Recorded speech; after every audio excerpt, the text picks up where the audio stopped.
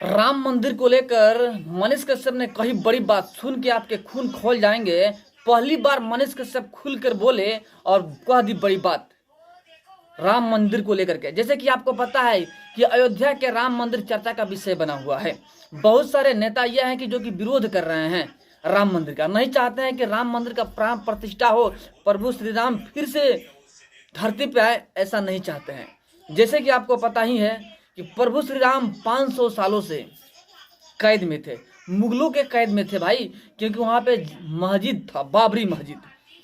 बाबर जो कि पंडितों को काट करके 1000 पंडितों को काट करके उनका सर दफन करके तब वहाँ पे बाबरी मस्जिद खड़ा किया था। इतिहास में ऐसा पढ़ाया गया है।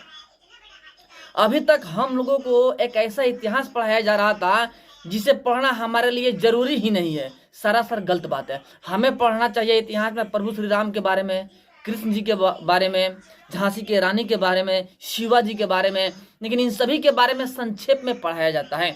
लेकिन मुगल शासक जो कि भारत में राज किए, हिंदुओं के साथ में जाति किए, हिंदुओं को काट दिए, दफना दिए, उन लोगों का इतिहास पढ़ाया जाता है। लेकिन यहाँ पे आज पहली बार मनीष कश्यप ने बहुत बड़ा खुलासा किया है अयोध्या जी में, यानी कि यूपी से आगरा पहुंचे हुए हैं मनीष कश्यप। अब बहुत बड़ी बात कही है, सुनवाएंगे आपको, वीडियो में अंत तक बने रहिएगा। और अभी तक आपने हमारे चैनल को सब्सक्राइब नहीं किया है, प्लीज लाल बटन दबा के चैनल को सब्सक्राइब कर लीजिएगा, लाइक कर दीजिएगा और बेल के आइकन को प्रेस जरूर कीजिएगा, ताकि टाइम टू टाइम न्यूज का अपडेट आप तक पहुंचता रहे। और जो पहले से ही हमारे चैनल को सब्सक्राइब कर रखे हैं उनको दिल से धन्यवाद। अब आइए आपको बता दें, अयोध्या राम मंदिर चर्चा का विषय है, पूरे भारत के साथ साथ में विदेश में भी चर्चा का विषय है। चारों तरफ इंतजार हो रहा है 22 जनवरी का, कब आ रहा है और राम मंदिर का भव्य उद्घाटन कैसे हो रहा है, यह देखने के लिए पूरा विश्व नजरें बैठाकर बैठा हुआ है, यानी इंतजार कर रहा है। लेकिन यहाँ पे बहुत सारे नेता हैं, बहुत सारे स्टेटमेंट दे रहे हैं, बहुत सारे शंकराचार्य हैं जो कि राम मंदिर का जो प्राण प्रतिष्ठा हो रहा है उसे सही नहीं बता रहे हैं। बहुत सारे नेता हैं जिनको न्योता दिया गया है, यानी कार्ड दिया गया है राम मंदिर के प्राण प्रतिष्ठा में आने के लिए, तो आने से मना कर रहे हैं, क्योंकि वे देख रहे हैं राजनीतिक मुद्दा से राम मंदिर को देख रहे हैं। लेकिन एक आस्था का केंद्र है, इस नजर से नहीं देख रहे हैं। अपने पैर पे ही कुल्हाड़ी मारते हुए नजर आ रहे हैं नेता जो विरोध कर रहे हैं, क्योंकि 80% जहां पे सनातनी है उन्हीं के साथ में खिलवाड़ किया जा रहा है, उनके आस्था के साथ में खिलवाड़ किया जा रहा है, यानी आप जीत नहीं सकते हैं।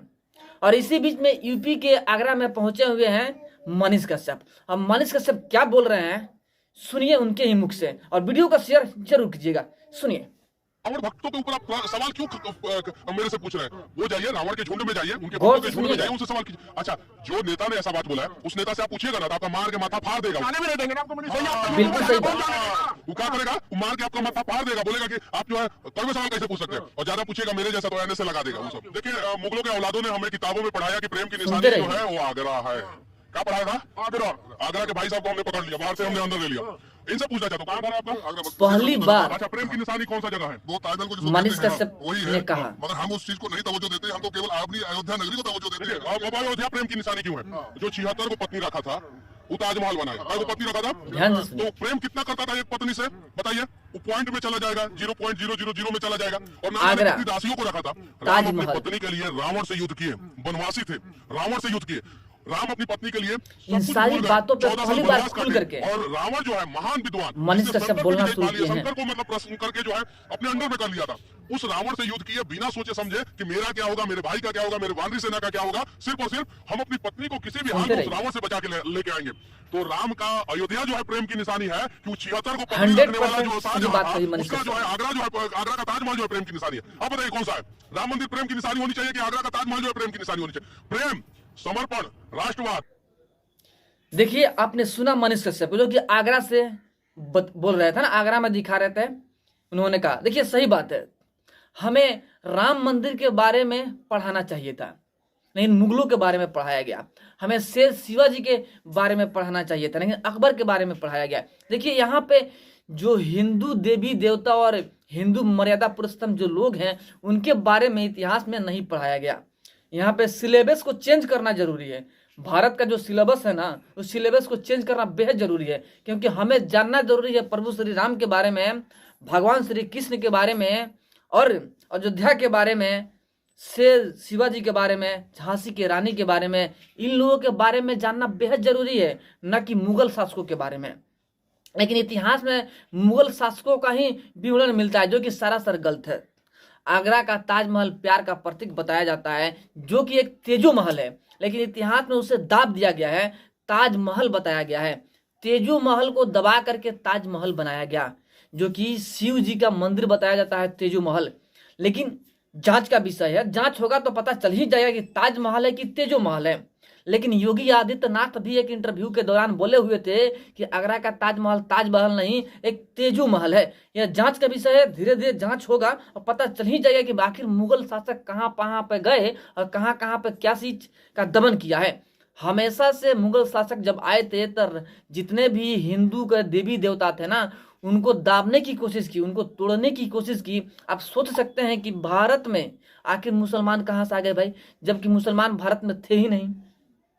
यानी जो भारत के मुसलमान हैं कहीं ना कहीं हिंदू ही थे, लेकिन मजबूरी सही, डर सही, जैसे भी सही, मुगल शासक आए और चाकू के नोक पे लोगों को मुस्लिम बना गए, तभी भारत में मुस्लिम बन गए। वरना मुस्लिम तो भारत में थे ही नहीं, वो तो तुर्की के थे, तो भारत में कैसे आ गए। यानी जबरदस्ती हिंदुओं को ही मुस्लिम बना दिया गया। जो यहाँ पे डर गया वो मुस्लिम बन गया, जो नहीं डरा वो मर गया। यानी मुगल शासक द्वारा हिंदुओं को दाबा गया, सनातन को दाबने की कोशिश की गई और सनातनी मंदिर को तोड़ करके मस्जिद बनाने की कोशिश की गई। और उसी मस्जिद को पुनः तोड़ के जब मंदिर बनाया जाएगा तो कौन सी बड़ी बात है भाई, वहां पे मंदिर था, है और सदियों से रहेगा। जो था वही तो हो रहा है ना भाई। जब यहाँ पे मुसलमान थे ही नहीं तो मस्जिद आया कैसे। लेकिन चलिए, जहाँ पे केवल मस्जिद ही है, जहाँ पे मंदिर नहीं तोड़ा गया है, वहाँ पे मस्जिद को नहीं तोड़ा जाएगा, वहाँ मस्जिद ही रहेगा। हम किसी के धर्म के साथ में, आस्था के साथ में खिलवाड़ नहीं करते हैं, किसी का विरोध नहीं करते हैं। हिंदू मुस्लिम सिख ईसाई जो भी है, सबको अपने इच्छा अनुसार धर्म अपनाने की जरूरत होती है, अपने इच्छा अनुसार चलने की जरूरत होती है। उसमें हम कुछ खेद नहीं करेंगे। जो मुसलमान है भाई, आप खुश रहिए, अपने जगह पे जो मानते हैं सो मानते रहिए। लेकिन हम सनातनी है, भगवान श्री राम को मानते हैं और हम मानते रहेंगे, इसमें खेद मत डालिए, वरना हम शांत नहीं रहेंगे। लेकिन बात यही है कि इतिहास को बदलना बेहद जरूरी है। यहाँ पे सरकार को एक ऊंचा कदम उठाना चाहिए और इतिहास को बदलना चाहिए कि भविष्य में क्या चीज पढ़ना होगा।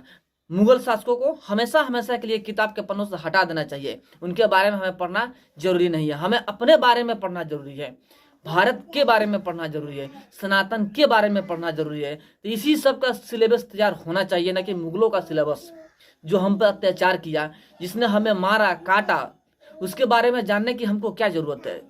जिसने हमें बचाया, जिसने हमारे लिए बलिदान दिया, परित्याग किया, उसके बारे में जानना बेहद जरूरी है। यही जानेंगे हम लोग। तो प्लीज जो सिलेबस है उसे चेंज कीजिए, एक नया सिलेबस तैयार कीजिए भारत के लिए, भारतवासियों के लिए, जहाँ पे केवल और केवल भारत के बारे में पढ़ाया जाए। एक यूनिक इतिहास हो, यूनिक बात हो, जिससे लोगों को ज्ञान प्राप्त हो सके, न कि मर्डर करने की बात की प्राप्ति हो सके। मुगलों के बारे में पढ़ के हम मर्डर के बारे में ही न जानेंगे भाई। इसलिए हमें अच्छी बात पढ़नी चाहिए, अच्छी संस्कृति पढ़नी चाहिए। यहाँ पर अच्छी संस्कृति सनातन धर्म है, और सनातन धर्म के बारे में जो पढ़ेंगे वो अच्छा ज्ञान प्राप्त करेंगे और अच्छे ज्ञान के साथ में आगे बढ़ेंगे, उनका तरक्की होगा। इसलिए सरकार को चाहिए कि एक नया सिलेबस तैयार करे और इसी सिलेबस को लागू कर दे पूरे भारत में, ताकि भविष्य में कोई मुगल शासकों जैसा हो उसके बारे में न पढ़ा जाए और मुगल शासक के बारे में न पढ़ा जाए। क्योंकि यहाँ पे इतिहास हमें गलत पढ़ाया जाता है, गलत दर्शाया जाता है। इतिहास में गलत इतिहास हमें नहीं पढ़ना है, हमें सही इतिहास पढ़ना है। जो इतिहास था है वही पढ़ना है, गलत नहीं। अभी तक इतिहास में गलत ही पढ़ाया गया है। बाकी हमारी बातों से आप लोग कहाँ तक सहमत हैं, कमेंट में जरूर बताइएगा। फिर मिलते हैं आपसे हम बड़े अपडेट और एक बड़े न्यूज़ के साथ में। तब तक के लिए जय श्री राम, जय हिंद।